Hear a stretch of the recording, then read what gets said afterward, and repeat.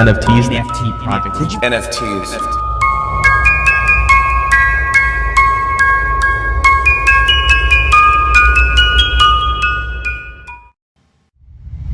Hello guys, स्वागत है आपका 7 महीने बाद। टाइटल तो हमने देख के आपको पता ही लग गया होगा कि मैं क्या कर रहा था। 7 महीने से वीडियो नहीं डली है, जनवरी से शॉर्ट वीडियोस भी ढंग से नहीं डली है, पूरे साल में सिर्फ यही कर रहा था। क्यों? ये एक लंबी कहानी है और मैं तुम्हें सुनाऊंगा। अगर तुम्हें नहीं सुननी तब भी मैं तुम्हें सुनाऊंगा। So without wasting any time, चलिए प्रारंभ करते हैं। By the way, thank you for 6 subscribers. तो ये बात है जनवरी की। मैं बैठ के देख रहा आज तक अपने पापा के साथ बैठ के, और आज तक पे आ रहा था दिल्ली में लगी स्कूल बस में आग, 40 बच्चे मर गए। नहीं, ये नहीं आ रहा था। तो मेरे घर में एक एंड्रॉइड टीवी है, स्मार्ट टीवी नहीं, एंड्रॉइड टीवी। तो हम आज तक यूट्यूब पे देखते हैं, और उस टाइम पे यूट्यूब पे आज तक देखने पे हमें एड्स के टाइम पर एजुकेशनल वीडियोस दिखाई जाती थी। तो जनवरी के टाइम पे एक एजुकेशनल वीडियो बार बार आती थी, और वो थी NFTs के बारे में। और उस टाइम पे यूट्यूब पे एक शॉर्ट्स चैनल भी बहुत बढ़ रहा था जिसका नाम था पिलपिला राजमा, आई मीन जेलीबीन। तो वो मेरे भी रिकमेंडेशन में आने लगी। जब मैंने उसकी वीडियोस देखी, मेरे को उसका बहुत पसंद आया 2D कैरेक्टर। तो मैंने सोचा कि मैं भी बनाऊंगा, और मैंने भी अपना 2D कैरेक्टर बनाया और वीडियो में डाल दिया, जो कि बहुत बेकार थी। तो इन दोनों चीजों से मेरे अंदर मची चुल। मैंने सोचा मैं भी बनाऊंगा NFTs, और इसे करने में लगेगी बहुत मेहनत। तो क्या मैं इतनी मेहनत करूंगा? जरूर। क्योंकि किसी ने कहा है हमें मेहनत करनी चाहिए। मेरी जान। तो मैंने सबसे पहले कुछ इंडिविजुअली क्रिएटेड NFTs बनाई, जिसमें हमें एक एक करके NFTs बनानी होती है, और वो नहीं बिकी। तो मैंने देखा कुछ लोग NFT कलेक्शंस बनाते हैं, जिसमें लोग लेयर्स बनाते हैं और कुछ कोडिंग वगैरह करके अलग अलग NFTs बनाते हैं। पर मैंने सोचा कि ये तो बेकार चीज है, क्योंकि ये तो कोडिंग जनरेटेड हुई ना, और आर्ट में तो इंसान की मेहनत देखी जाती है। क्योंकि मुझे उस टाइम पर इतना ज्ञान नहीं था NFTs का, और मैंने दोबारा इंडिविजुअल NFTs बनाना शुरू किया। बट इस बार मैंने एक कैरेक्टर लिया और उसकी बहुत सारी अलग अलग NFTs बनाई। इन शॉर्ट, मैंने एक कलेक्शन बनाना शुरू कर दिया, और वो भी नहीं बिका। तो मैंने एक चैलेंज दिया कि मैं भी एक NFT कलेक्शन बनाऊंगा जो कि लेयर से जनरेट होकर बनी होगी। और इसे थोड़ा मुश्किल बनाने के लिए मैंने कुछ रूल्स भी डाल दिए, और वो रूल्स थे: पहला, मुझे सब कुछ फोन में ही करना होगा। दूसरा, मुझे इसे 0 रुपीज में बनाना होगा। फिर मैंने लेयर्स बनाना शुरू किया। तो मैंने सबसे पहले एक बेस लिया, और मैंने बेस अपनी पिछली वाली NFTs से ले लिया था, और मैंने बाकी की लेयर्स बनानी शुरू की, जैसे शर्ट्स, चश्मे, टोपी वगैरह वगैरह। तो मेरे को लगा कि इसमें तो थोड़ा सा ही टाइम लगेगा, पर इसे करने में मुझे 250 से भी ज्यादा घंटे लग गए। और ये रहा उसका टाइम लैप्स।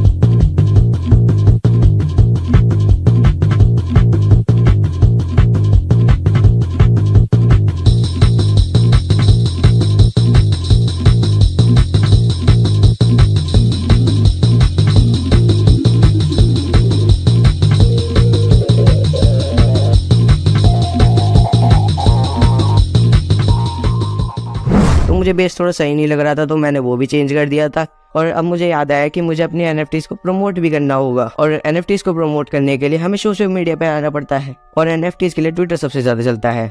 इसका मतलब है कि मुझे ट्विटर पे भी जाना पड़ेगा और फेमस होना पड़ेगा। तो मैंने अगस्त में NFTs के लिए एक ट्विटर अकाउंट बनाया। तो बाद में मुझे पता चला कि आजकल NFTs की सूरत देख के नहीं ली जाती, लोग आजकल NFTs की यूटिलिटीज देखते हैं। तो मैंने बहुत सोचने के बाद कुछ यूटिलिटीज बनाई जो कि बहुत अजीब सी थी। तो अब बात आई जनरेट करने की, और जनरेट करने के लिए करनी होती है कोडिंग।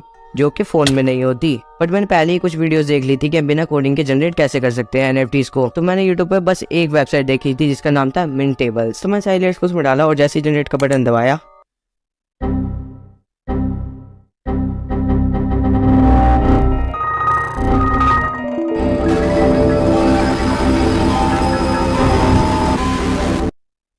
मेरा फ़ोन क्रैश हो गया और बार बार करने पर भी मेरा फ़ोन क्रैश हो रहा था।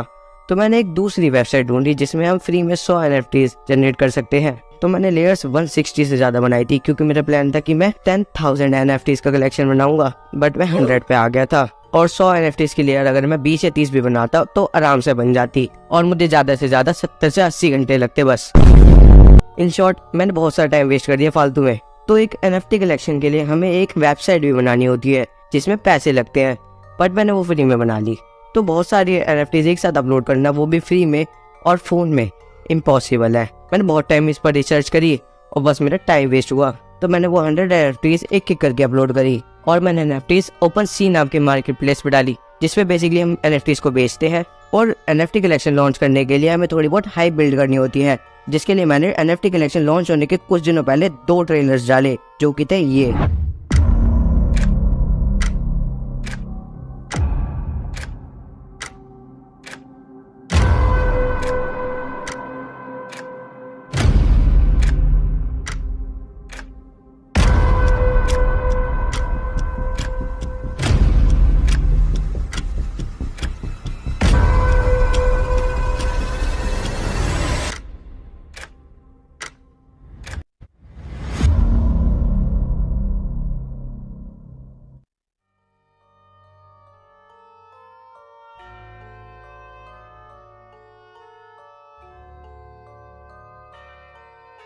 और लॉन्च डे पे एक लॉन्च वीडियो डाली जो कि थी ये।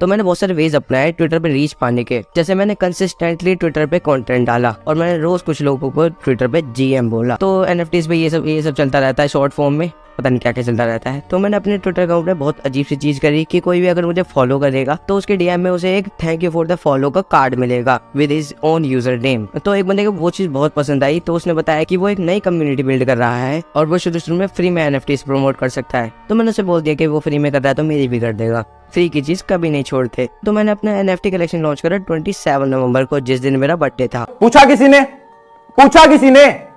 ने नहीं पूछा। तो उसने मुझे प्रमोट करने के लिए अपने ट्विटर अकाउंट पे मेरे कलेक्शन के बारे में लिखकर पिन कर दिया। तो मेरा अब NFT कलेक्शन लॉन्च भी हो गया था और प्रमोट भी हो गया था। तो अब बात आई सेल्स की। तो मेरी कितनी सेल्स हुई होगी? मेरी 100 की 100 NFTs बिक गई and I made around 10 lakh rupees.